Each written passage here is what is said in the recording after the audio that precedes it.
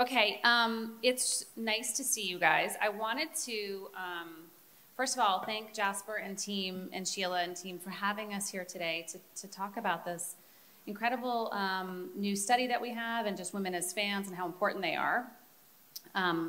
So I'm going to put my glasses on because I'm lost without them. But you guys, we're all here to talk about kind of the intersection of technology and AI and music and sport and all the things that matter. We also have, as Roy mentioned, a huge F1 race happening this week where over 265,000 fans will gather to cheer on all these different teams. And obviously the race will be broadcast all over the world. But and Roy, you can correct me if I'm wrong, but I think it's going to bring in somewhere around $122 million this weekend. Am I right in that? Ish? More? Yeah? Okay, more. So go spend your money, people. So just a quick introduction on who I am. My name is Thayer, and I work at Wasserman, which is a big global sports and entertainment agency. And I lead our women's group, which is called The Collective. And our only reason for being is to basically create impact for women in sport, whether that's through as executives or as athletes or as also as artists and entertainers. We are solely committed to just figuring out how do we create a business rationale so that if anyone says, yeah, but, we're able to be like, nope, here's the tool, here's the research, here are the ways that you should engage. And so this global fan study that we're launching today, or previewing today, I should say, the big global launch comes out on the 30th, is really helping us identify and understand who these fans are, these women fans are of sport. So today I'm excited to be joined by two total superstars who are leaders in the world of sport for sure and in the region. So Divya, I wanted just to introduce you. You're the Associate Vice President of Marketing at Tata Communications, Asia Pacific. She's not only an award-winning marketing executive, she can give you the rundown of all those awards later, but she also is able to work across big teams and get them to mobilize quickly and do all the things. She has worked across, or you've worked across automotive, tech, telco, right? I mean, I just want to dive in actually more into really the telco and tech side, which we'll talk about today. And so innovation is kind of part of her job and how to talk about Tata, how to get out there and talk about the things that they have. Also joining us here today is Danielle Voss, who is a member of partnerships team at Asia Football Group. Which is really the exclusive commercial agency for the Asian Football Confederation. So not only does Danielle do this on her day job, but she also is a semi-pro soccer player and has,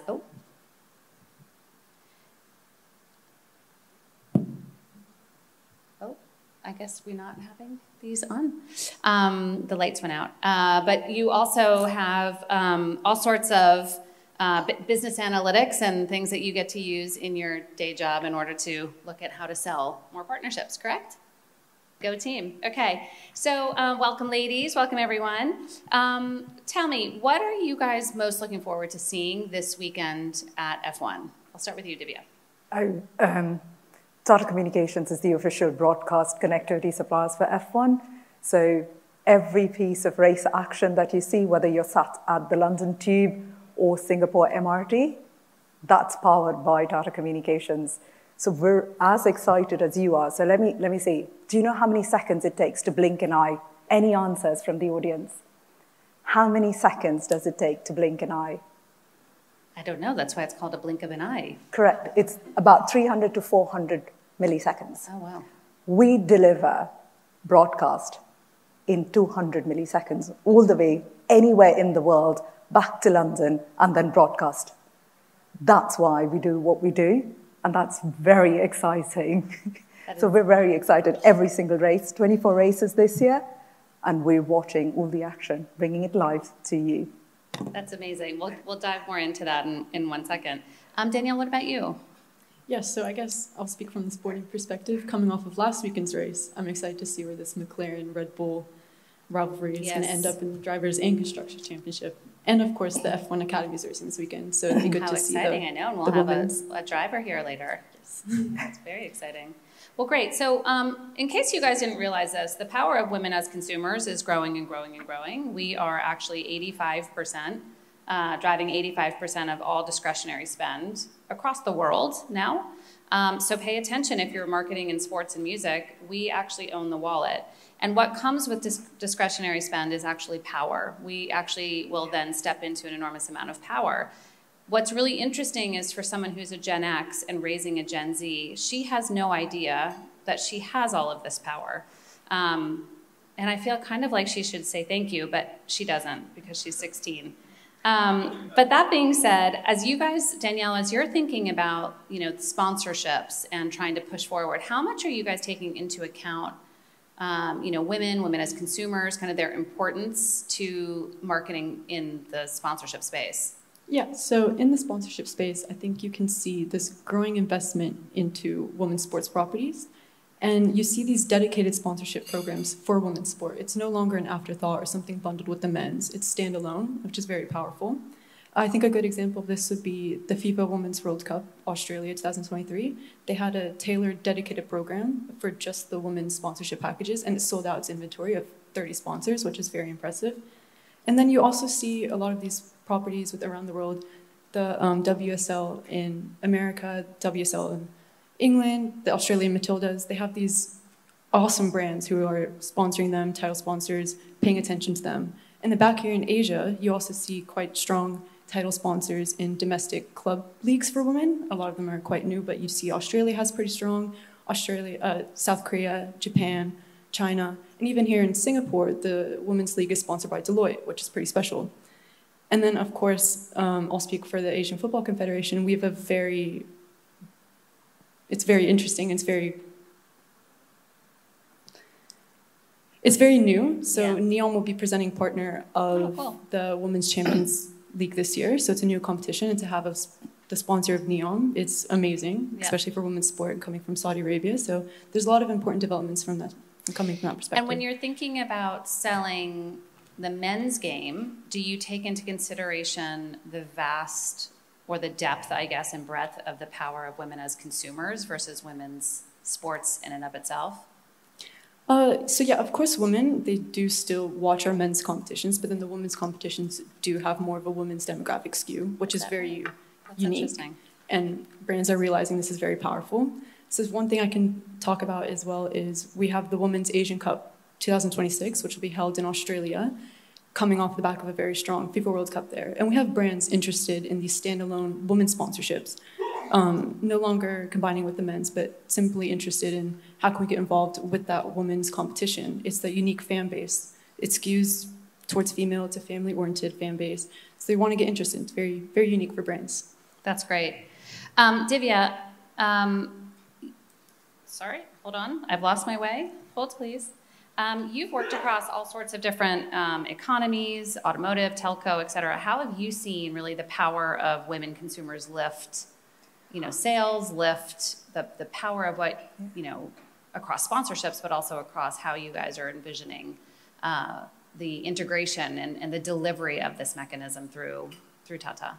So I was at the race circuit last year, and the pandemic's changed a lot of things for everyone.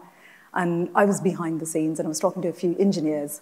And there was this woman engineer who was just up there doing her thing. And, you know, you get cracking. And she was like, I'm so happy to be here on track. I was like, of course, after the pandemic. And she says, no, I've just had a baby. But because of what we now do with technology, she doesn't have to be on track every race. Because we've now done remote broadcast technology, video on edge, and all of that, she has the power to be sat at home as a new mother and still do her job. And you can see how this has changed the game for everyone. We no longer make excuses for ourselves or for anyone anymore. We say technology empowers everyone.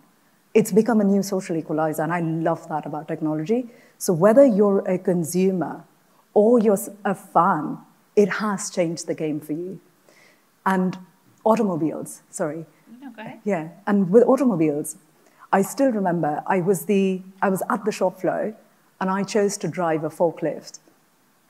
the entire production assembly line stopped because there was nobody driving a forklift at that point in time. And I was just having a go. The MD, as one does with the forklift. Correct. Right. The MD of the plant called and said, Divya, can we not have you on the forklift, please? I need to deliver vehicles.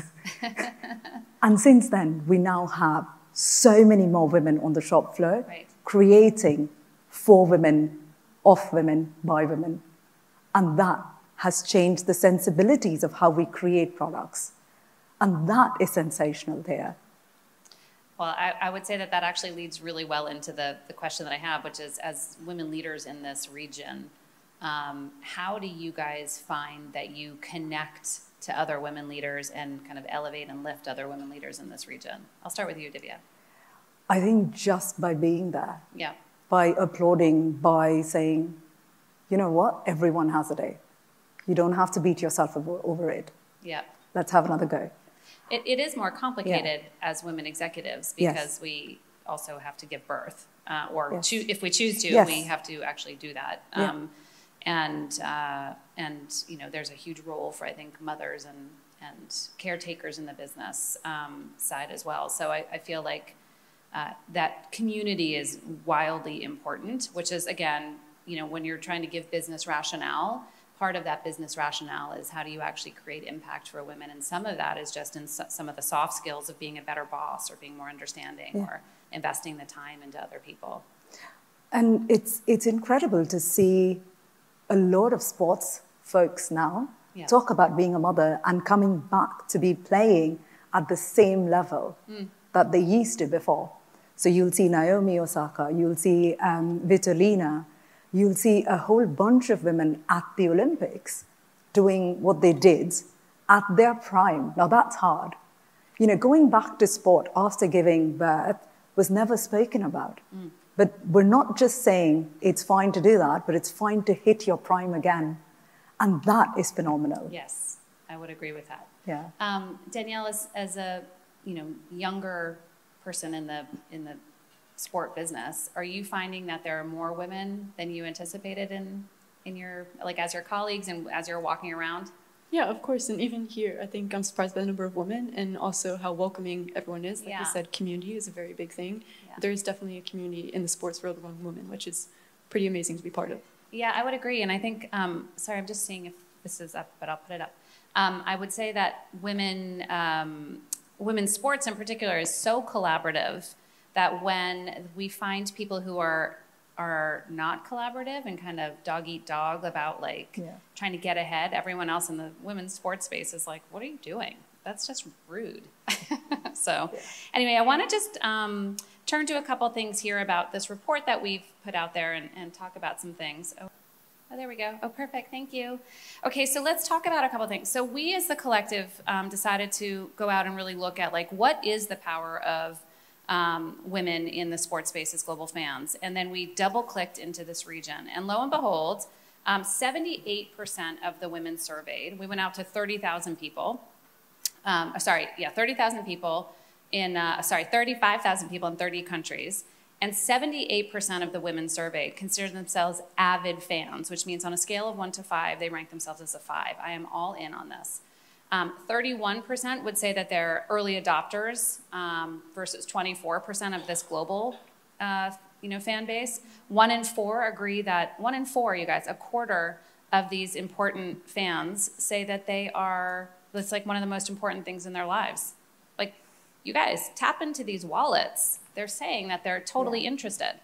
And then 73% feel a sense of loyalty towards the brands. And so the report that I'll put up here just continues, which is a QR code, just gives you a ton of different stats and facts about who she is and how she operates and what she wants out of it. And then we have our big global study coming out in a couple weeks. But that being said, as women hold such a significant buying power and so highly responsive really to brands sponsoring their favorite sports, they're not only active consumers, early adopters, curious, product-driven, purchasers.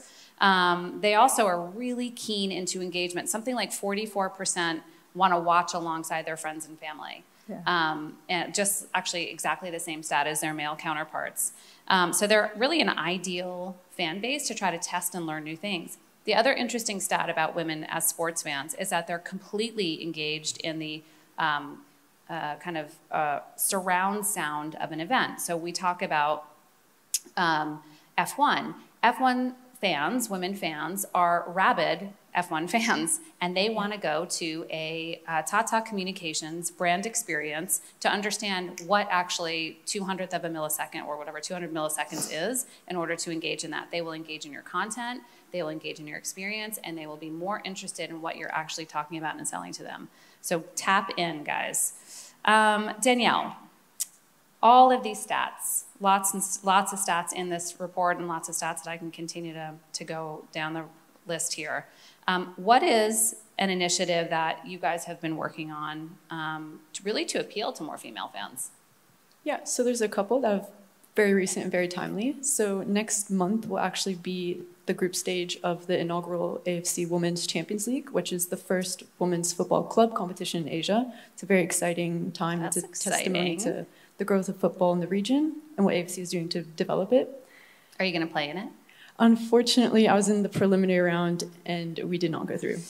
But there's always next time. Yeah, next year. So yeah, I think that's a very exciting thing. And beyond just establishing the competition, the AFC and AFG have worked very hard to secure coverage of this competition.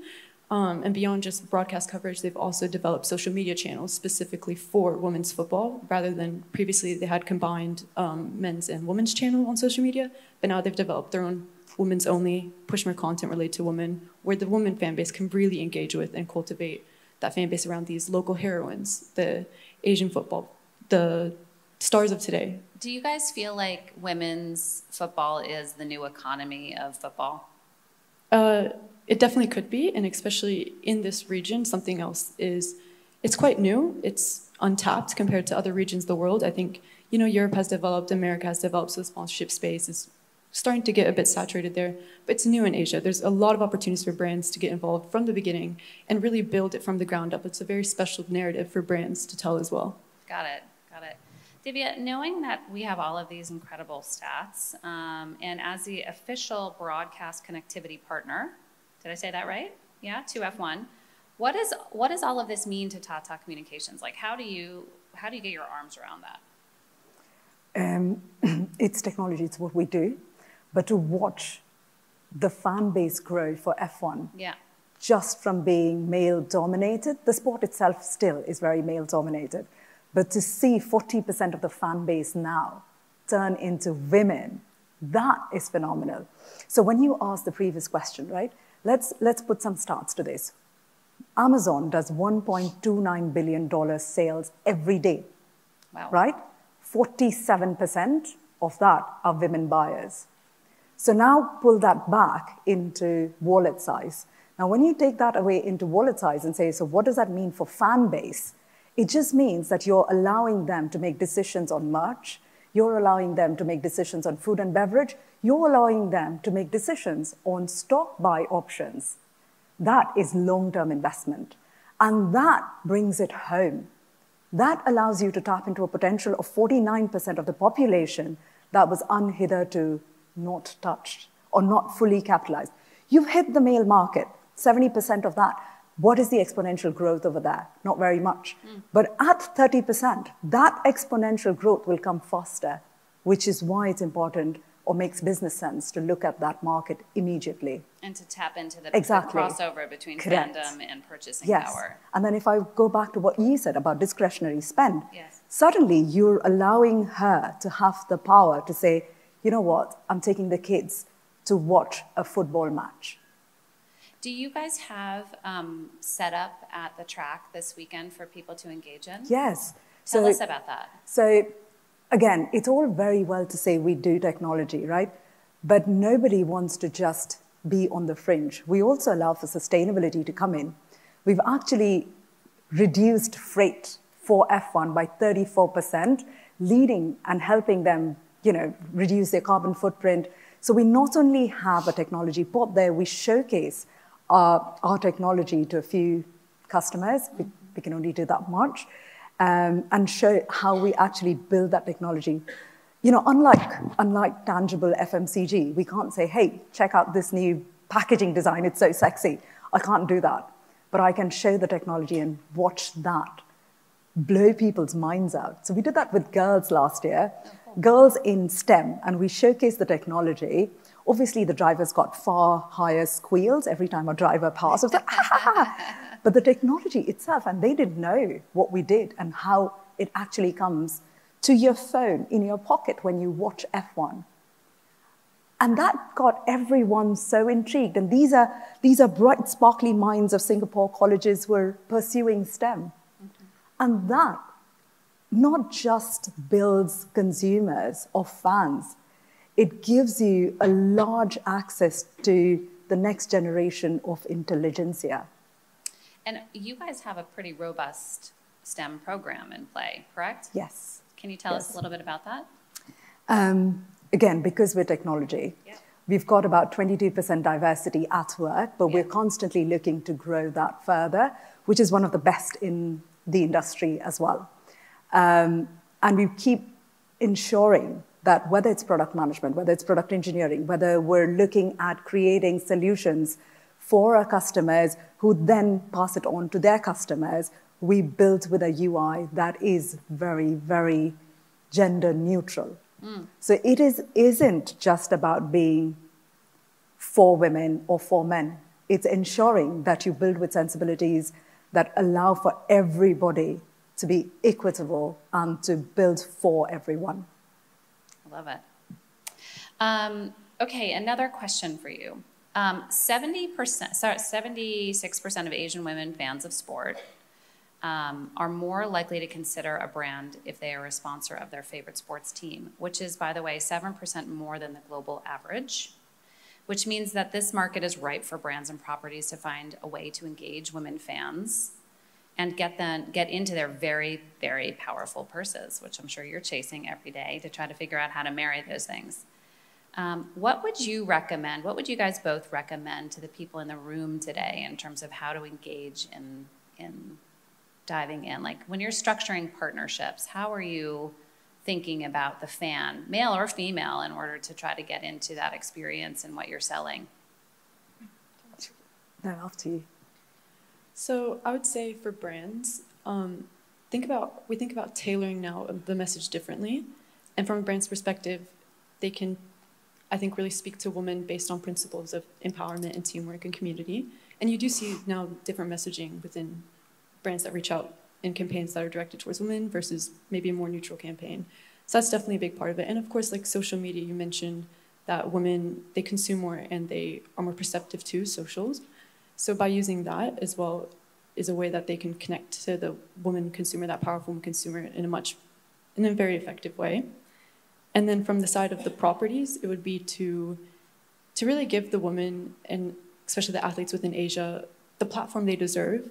So it's like those initiatives like AFC, they're trying to push this Women's Club Champions League, which is new, and it's about retaining talent within the Asian region, whereas usually these athletes would go play club in Europe or in America, but now we're trying to retain them, build that fan base, a local fan base with local relevancy to the consumers, so yeah. And maybe they'll be brought to your phone in the blink of an eye by Tata Communications. That's amazing. Okay, so last question. We've all heard about, Danielle, this rise in women's sports, and you certainly played and continue to play women's sports. So 64% of all women surveyed indicated that they are interested in women's sports, and more so than they were a year ago. As a semi-pro and NCAA Division I player, tell us about how you've seen in your own personal experience kind of the increase in fandom or women as fans. Yeah, so I think there's two big ways I've seen it. It's in visibility and it's in participation. So for visibility, you do have that media coverage. You have these major broadcasters now airing in prime time, giving more space to these women's properties and making them more accessible. With this visibility, it comes creating those icons. I think now women's athletes are becoming household names, whereas that wasn't the case. They didn't get that visibility. So now you do have these household icons and names. And also with that, again, the social media it's a great way to push these athletes to create that personal connection between athletes and brands. And then from the participation side, I think I've just seen a major growth from all levels. So there's a very big funnel, I think, from being a player to becoming a fan of the sport. So if you grow the game from the grassroots, you develop a connection to the game, you become a fan of the sport. You develop that fan base. So some personal things I've seen is I've grown up sometime in the Middle East, so within Saudi Arabia and Iran. And then just 2 weeks ago when I was playing in the preliminary round of the competition, we actually lost to the Iran team. So they went through, we didn't. But I think it's just great to see that women's sport so many years ago wasn't as prevalent, and now you have these teams that are competing and they're going to major competitions. And even now, Al Nassr has become a household name because of Ronaldo. Their women's team just missed out as well on participating. So you see these historic things happening. Participation is growing all over the world, and it's great to see. And the investment in that region into women is pretty phenomenal. Yes. Divya, just last thing. You're going to be looking at the track this weekend for all sorts of, you're going to see this through a whole new lens with all the women there, aren't you? All the women fans looking and wondering how they can be more engaged. I think we all have a role to play in terms of being able to cheer them on. I think Charlotte Tilbury did a fine job at this point in time. So they've tied up with FIA to actually work with women in F1. And, you know, I think it's important to have purpose to get and engage with people, especially Gen Z, Gen Alpha. They're not looking at people without purpose. They're looking at actual reasons to participate and engage. At this point in time, when you look at the next gen and you look at what they're looking at they're talking inclusiveness, they're talking sustainability, and they're not being glib about it. They're very, very certain about what they want from society and what they want from all of us as, you'd say, Gen Z, or perhaps even, you know, slightly older. And I think it's important that we stand ground and give them that. We owe it to ourselves and we owe it to them. That's right. To be able to pay it forward in the right format. That's right. Like Danielle said, that platform needs to exist, and that platform needs to exist in a well-meaning fashion with purpose. Otherwise, it's going to fall flat. Yeah, and I think both of you guys work at places where you're able to do that either directly through what you're doing or through the brands and rights holders that you're able to work with. Anyway, thank you guys so much. Please help me thank these two amazing women for their insights. Thank you so much.